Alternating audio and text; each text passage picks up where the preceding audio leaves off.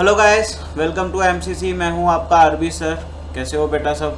तो जैसा कि आपको पता चल ही गया है कि जेई और नीट का डेट जो है वापस से पोस्टपोन हो चुका है। जेई मेंस का डेट 1 सितंबर से लेके 6 सितंबर तक है और नीट का डेट जो है वो 13 सितंबर है गाइस। तो आप लोग अगर आप लोग को नहीं पता तो आप चैनल पे जाके देख सकते हैं। मैंने उसके बारे में अपडेट कर दिया है आप लोगों को ऑलरेडी। क्लियर? तो चलिए, तो आज पेपर नंबर 19 को डिस्कस करेंगे। कल मैं वीडियो नहीं बना पाया गाइस, सॉरी इसके लिए। तो आज पेपर नंबर 19 को हम लोग डिस्कस करेंगे। बस गाइस आपसे छोटी सी रिक्वेस्ट है, प्लीज़ चैनल को ज़्यादा से ज़्यादा शेयर करें एंड हाँ, वीडियो को लास्ट तक ज़रूर देखें बिकॉज लास्ट के अंदर अब मैं जो 2 महीने अब आगे फर्दर हमें एक्सटेंड हुए हैं मिले हैं उसके अंदर आपको कैसा प्रिपरेशन करना है, कुछ मैं आपको बहुत बढ़िया आप लोगों के लिए मैं चीज़ें लेके आ रहा हूँ। तो प्लीज़ वीडियो को एंड तक ज़रूर देखें ताकि आप उस चीज़ों के बारे में जान पाए कि क्या मैं आप लोगों के लिए नया कुछ लाने वाला हूँ यहाँ पर।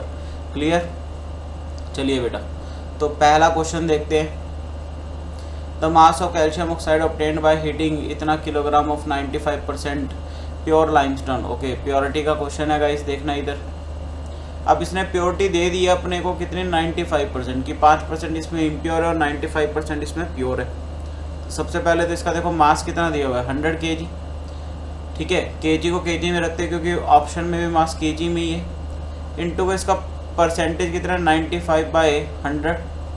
तो यहाँ से इसका कितना आ गया, मास कितना आ गया, 95 kg।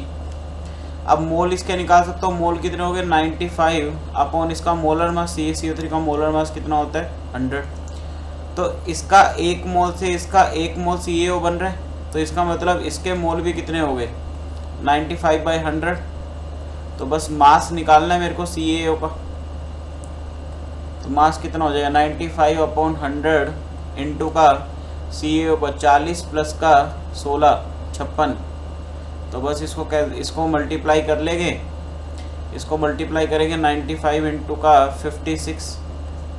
तो 6 5 द 30, 9 5 द 45, 9 6 द 54, 54 और 25 64, 74 79 और 82। ठीक है, 8 कैरी आ गई। 9 5 द 45, 45 में 8 जोड़े, ये हो गया 53।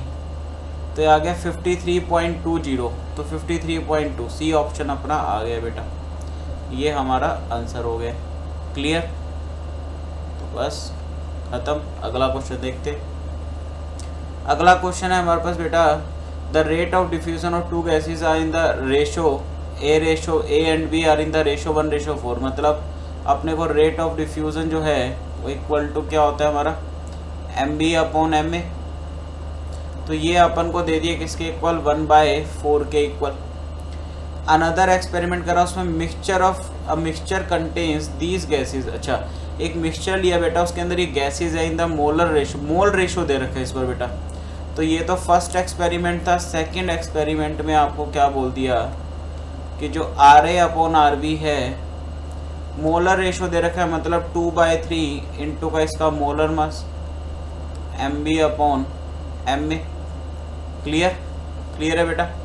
The ratio of mole fraction of the gases A and B in the diffuse mixture is. तो बस कुछ नहीं करना, 2/3 इंटू का क्या कर दो, 1/4। तो कितना आ गया बेटा, 1:6 आ गया। तो 1:6 हमारा आंसर आ गया। क्लियर? चलिए सॉल्यूशन।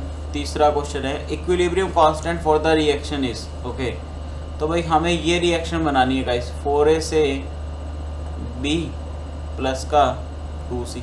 ये हमें बनानी है, ये हमें बनानी है बेटा। ठीक है, किन दोनों से बनानी है, इन दोनों से। तो 2A से, पहली इक्वेशन है 2A से B प्लस का Y।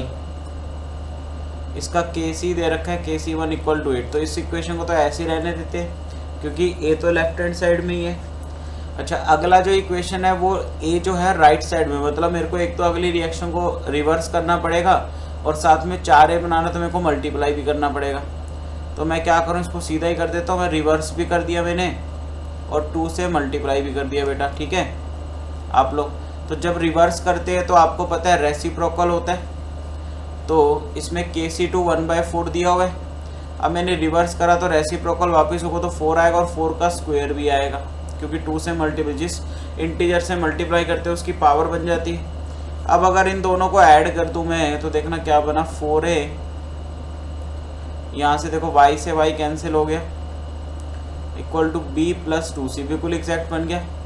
इसका जो नया इक्विलिब्रियम आएगा k प्राइम c, वो क्या आएगा, kc1 इंटू का kc2, तो कितना हो गया 8 इंटू का 16, कितना हो गया 8 5 48, 6 48, और ये 8 और 4 12, 128 आ गया बेटा।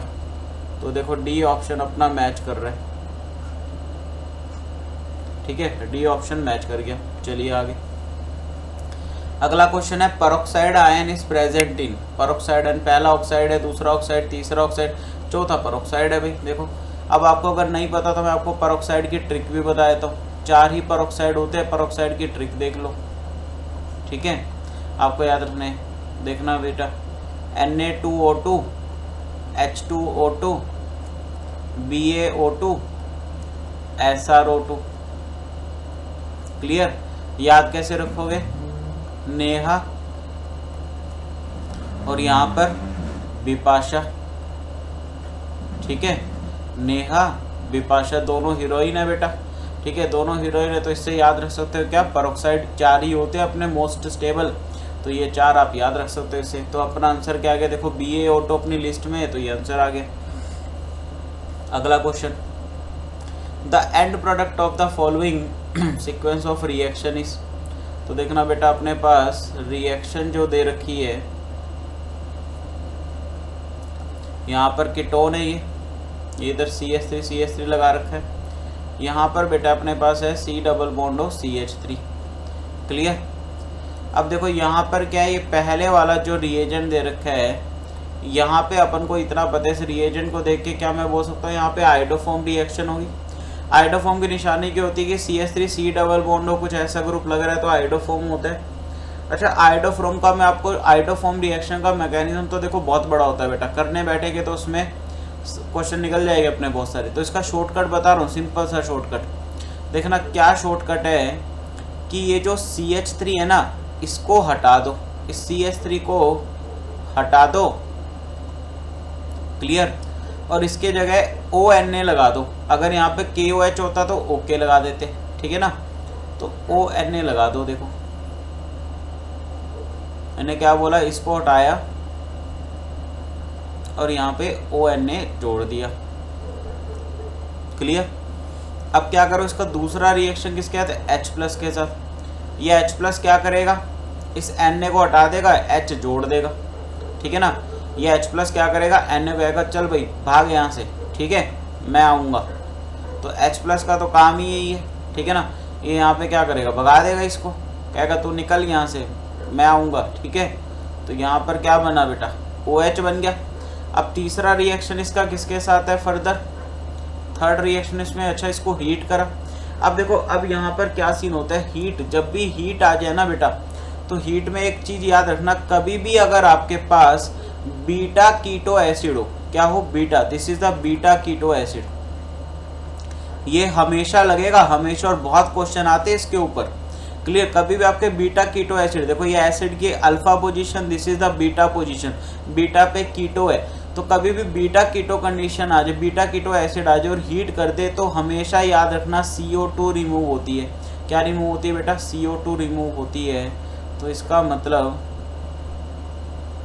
यहाँ पे जो बना वो ये बन गया, क्लियर है, वो ये बन गया।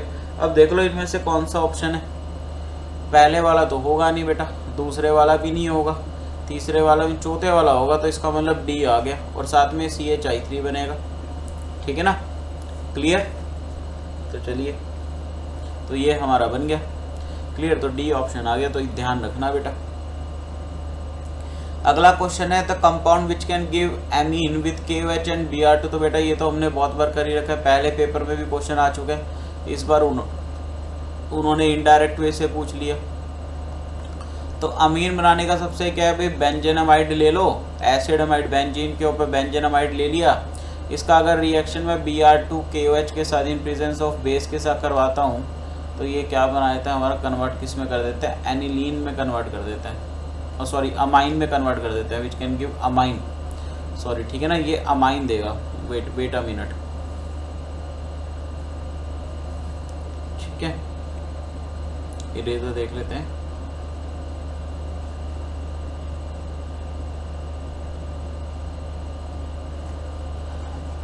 तो ये हमें क्या दे देगा बेटा, अमाइन दे देगा।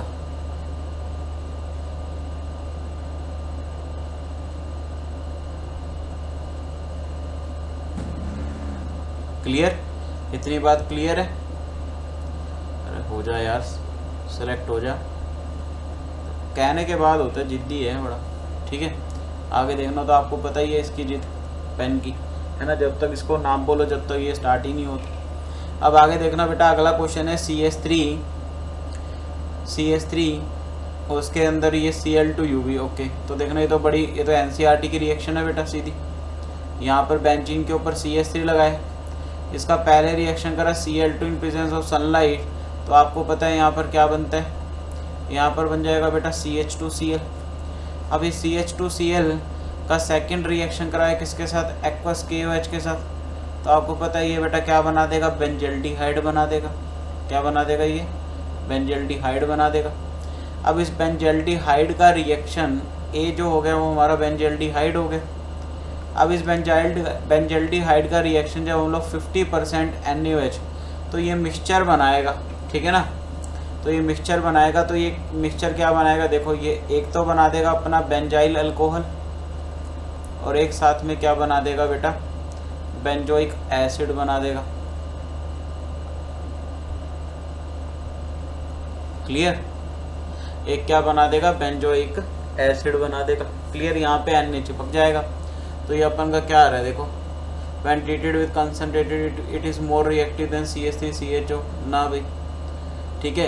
It gives benzyl alcohol and benzoic acid with 50% NaOH। C option अपने को दिख रहा है बेटा।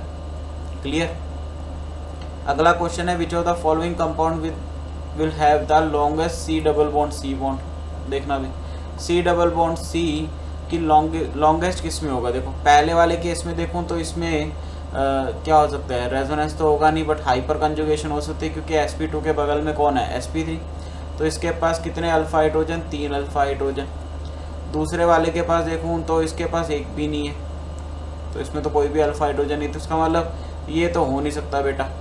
इसके में देखूं तो कोई अल्फा हाइड्रोजन नहीं है, तो ये भी नहीं हो सकता। बचा A और D, इसके पास कितने, इसके बाद देखूं तो इसके पास 6 अल्फा हाइड्रोजन है, तो सबसे ज़्यादा हाइपर कंजुगेशन इसी में होगी, तो उतना ही ज़्यादा चांस रहेगा डबल बॉन्ड किस में कन्वर्ट हो जाएगा, सिंगल बॉन्ड में। और सिंगल बॉन्ड की बॉन्ड लेंथ क्या होती है, डबल बॉन्ड के कंपेयर में ज़्यादा होती है, तो D ऑप्शन इसका आ गया। क्लियर, बढ़िया क्वेश्चन था। अगला क्वेश्चन है, find the number of optical isomer. Okay, optical isomer निकालने मतलब अपने को POS COS नहीं होना चाहिए, तब ऑप्टिकल आइसोमर होगा। तो देखना भाई, ये कंपाउंड है आपके पास PH, COH और PH।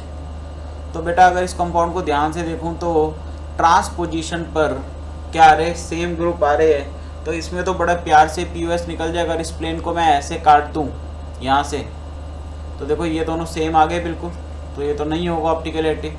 चलो चेंज भी करके देख लेते हैं, मान लो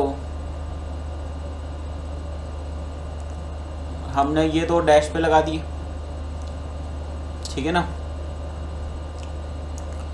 ये दोनों वेज पे लगा लो तब भी, बट यहाँ पर क्या है, यहाँ पे अपने को चेक करने की जरूरत ही नहीं। क्यों, जब दोनों चारों साइड में दोनों तरफ लिगेंड जो है वो सेम आ रहे हैं बेटा, तो यहाँ पे पॉसिबिलिटी है ही नहीं कि ऑप्टिकली एक्टिव किसी भी केस में। क्यों, अगर मान लो तुम ऐसा भी कर दो यहाँ पर कि यार इसको रिप्लेस कर, इसको इधर से इधर कन्वर्ट कर दिया, मान लो इसमें ऐसे भी कर लो, अगर तुम चेंज भी कर लो कि यहाँ पर COH कर दिया, यहाँ पर PH कर दिया, यहाँ पर COH कर दिया, यहाँ पे PH कर दिया, तब भी बेटा सेंटर ऑफ सिमेट्री आ जाएगी, इसमें COS आ जाएगा, ठीक है, तब भी नहीं हो। तो ये ऑप्टिकली एक्टिव होगा ही नहीं कभी भी, कितने मर्जी केस कर लो इसके, ठीक है। तो टाइम खराब करने की जरूरत नहीं है, सीधा भी बता सकते हैं ऑप्टिकली इनएक्टिव ही रहेगा ये हर केस में। क्लियर,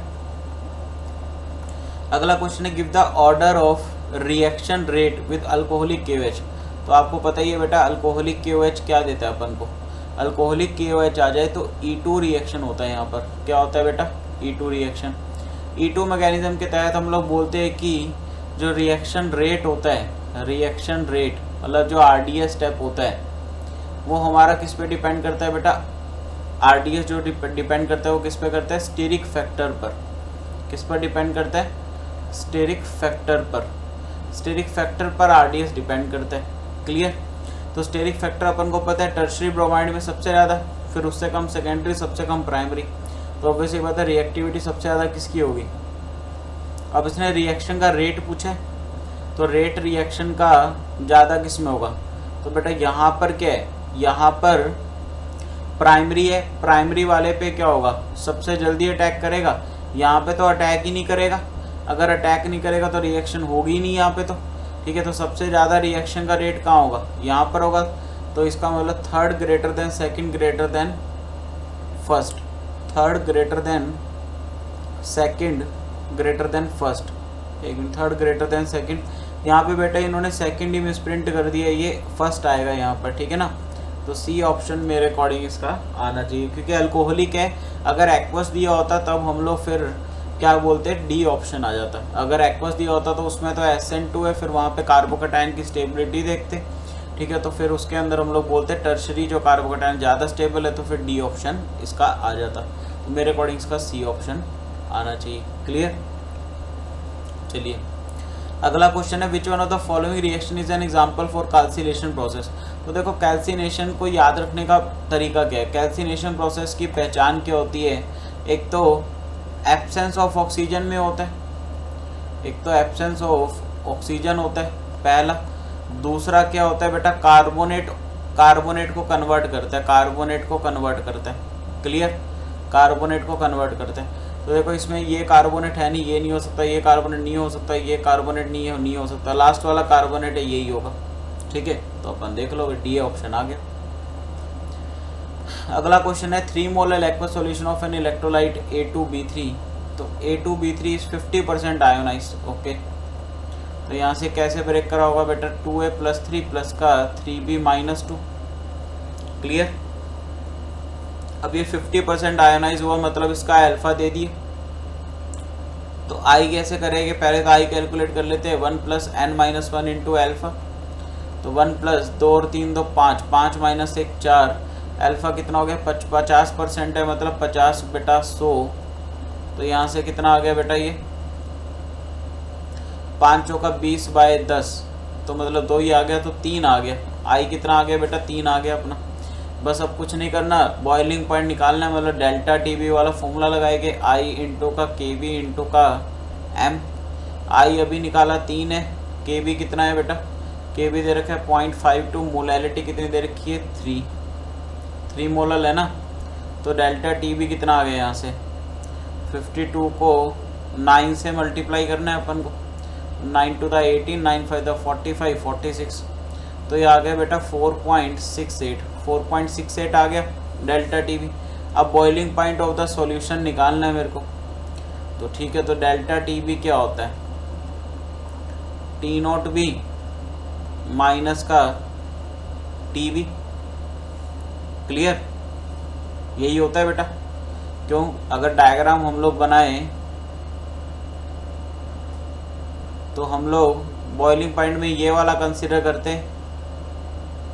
ठीक है ना, ये वाला।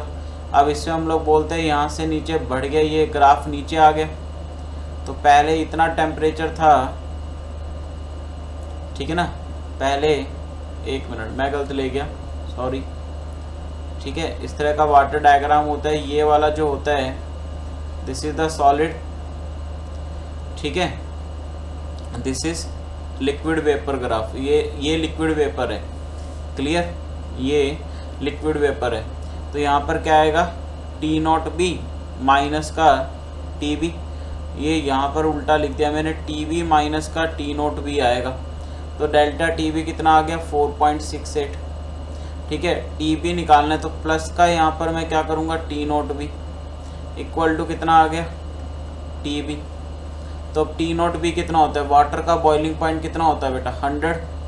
तो 4.68 है ये, इसमें 100 ऐड करूँगा तो ये कितना हो जाएगा? 104.68।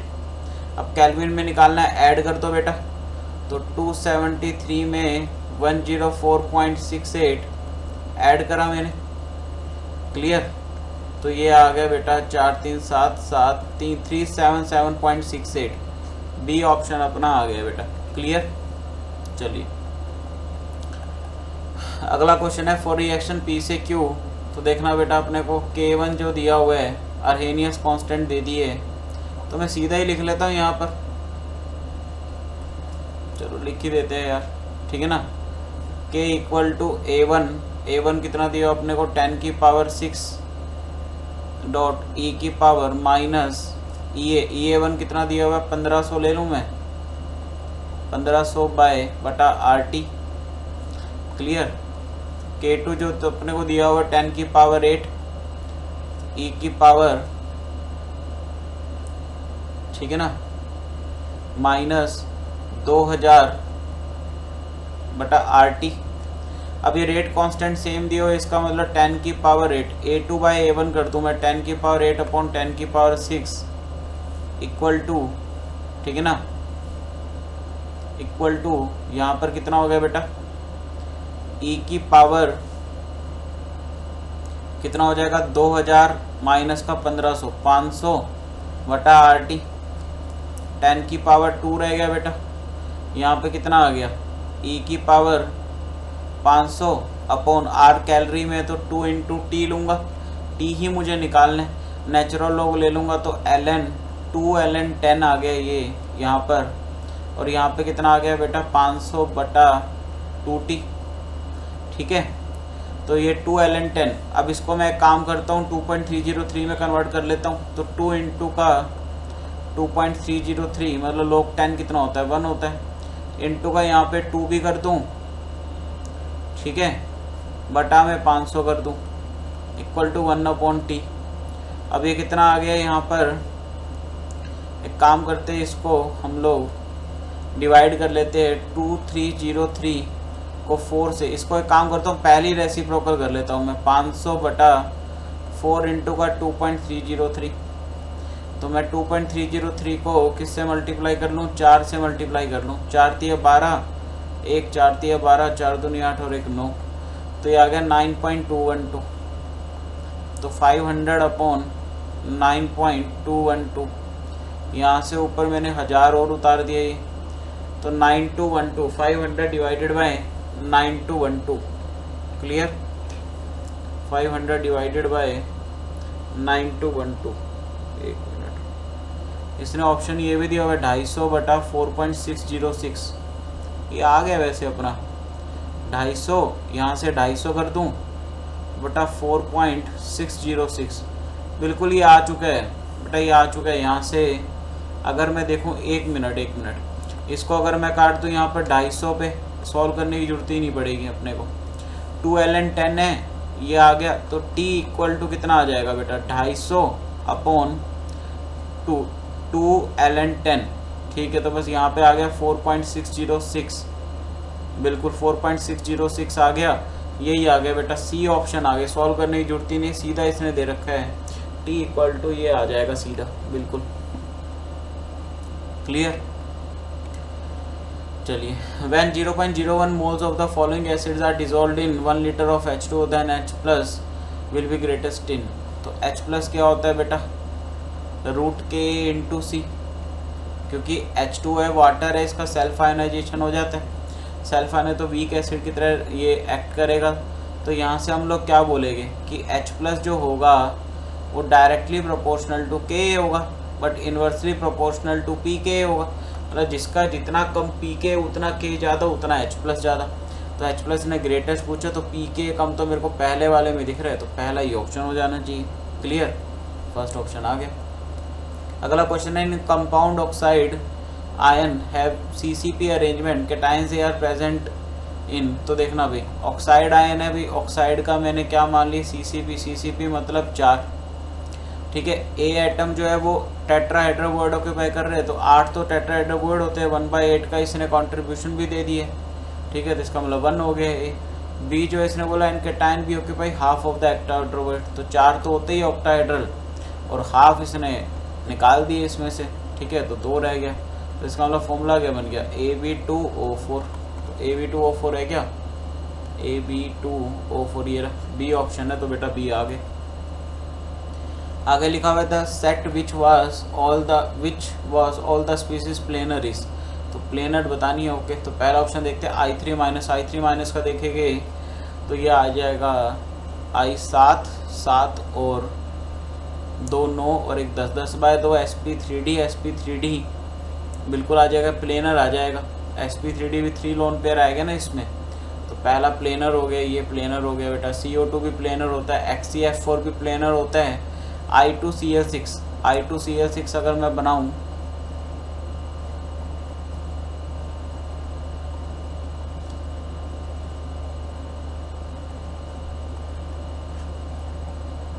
देखना, दिस इज द I2Cl6। इसके पास क्या हो गए, लोन पेयर हो गए, 4 तो कर चुके हैं, ठीक है। इस तरह लोन पेयर होगा इसके पास, तो लोन पे, तो ये भी क्या हो जाएगा, अगर इंडिविजुअल आई की मैं हाइब्रिडाइजेशन निकालूं तो दो कितने सिग्मा बॉन्ड बना रहा है, 4 1 1 2 और 3। अगर इतना देखूं मैं तो 2 sigma bond 1 lone pair 2 lone pair 4, तो ये यहाँ पे I2Cl6 भी क्या हो जाएगा, प्लेनर हो जाएगा बेटा। ये भी क्या होता है, मॉलिक्यूल ये सॉलिड स्टेट में दिया हुआ है, प्लेनर होता है ये भी। तो ए ऑप्शन मेरे अकॉर्डिंग इसका आ जाना चाहिए। अगर अगला ऑप्शन चेक करें तो प्लेनर SF4 6 4 10 sp3d, नहीं ये प्लेनर नहीं होगा, तो इसका मतलब ये तो नहीं हो सकता। XCF4 प्लेनर है, वाटर प्लेनर नहीं है, ये भी नहीं हो सकता। ICl2 plus ICl2CO2 planar, XCO3 planar है क्या, देखते 1 मिनट। 8 बाई 4 XCO3, एक इसके अंदर लोन पेयर आ जाएगा ना बेटा, नहीं ये भी प्लेनर नहीं होगा। तो इसका मतलब पहला ही ऑप्शन आ गया बेटा, पहला ही। क्लियर, चलिए।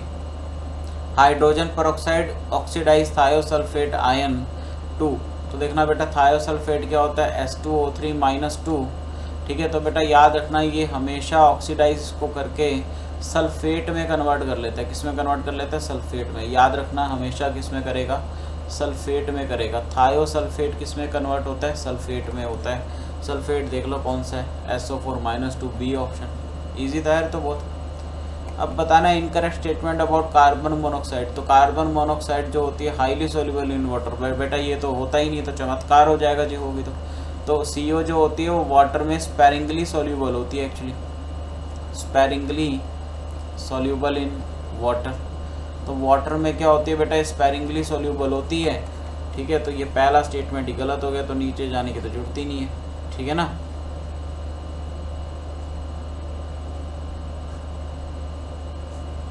तो ये पहले वाली स्टेटमेंट सही होगी।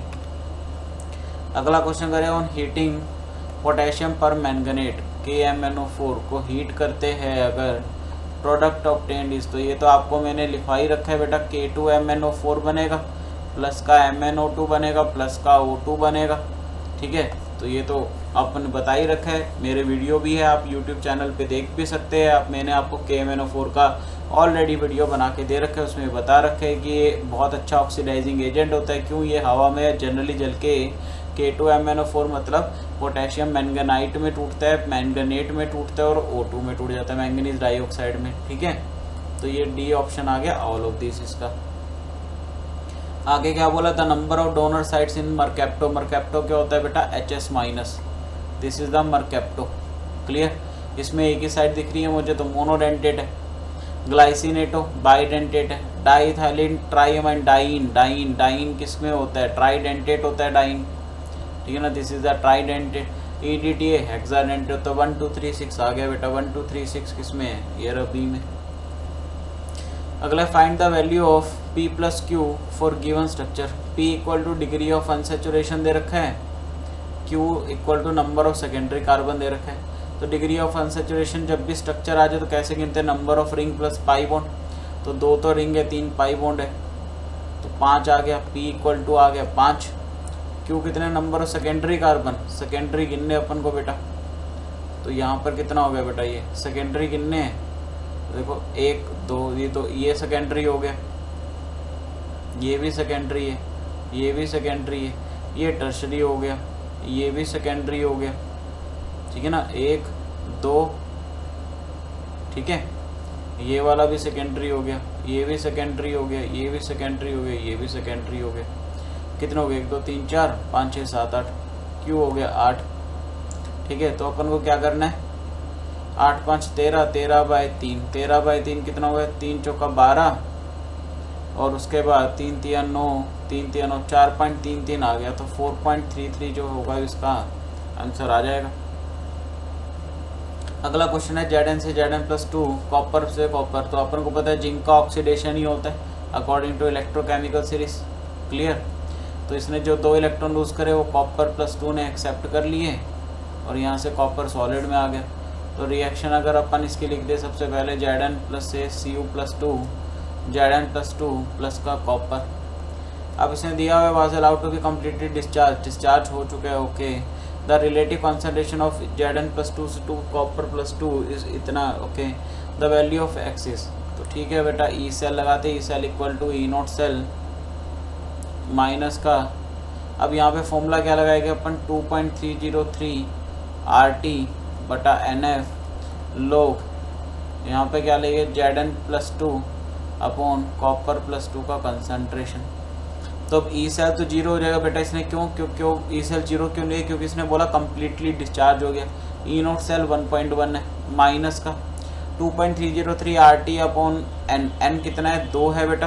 तो यहाँ पे कितना आ जाएगा 0.059, मतलब 6 ले लूँ अपॉन 2 लोग। ये कंसंट्रेशन आपको 10 की पावर x के इक्वल दे रखी है।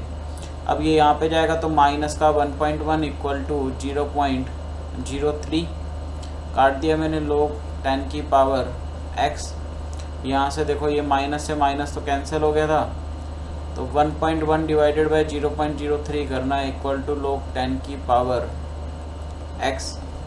तो 1.1 डिवाइडेड बाई 0.03 कितना हो गया देखते हैं बेटा,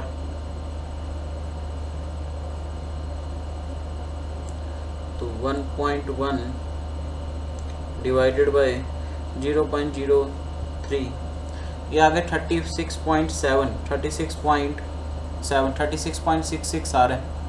तो ये आ गया 36.7 इक्वल टू लोग 10 की पावर x। एंटी लोग लूँगा तो बेटा 10 की पावर 36.7 इक्वल टू 10 की पावर x हो जाएगा।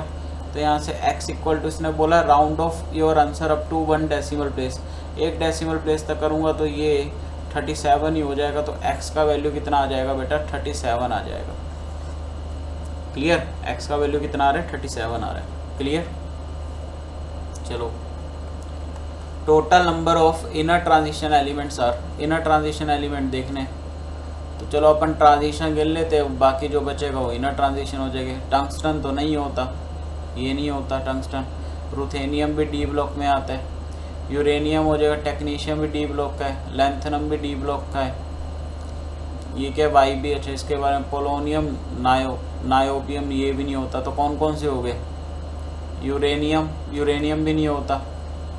कौन कौन से हो गए बेटा, वाई बी हो गया, पीओ हो गया, एनओ हो गया। क्लियर, यही हो गया।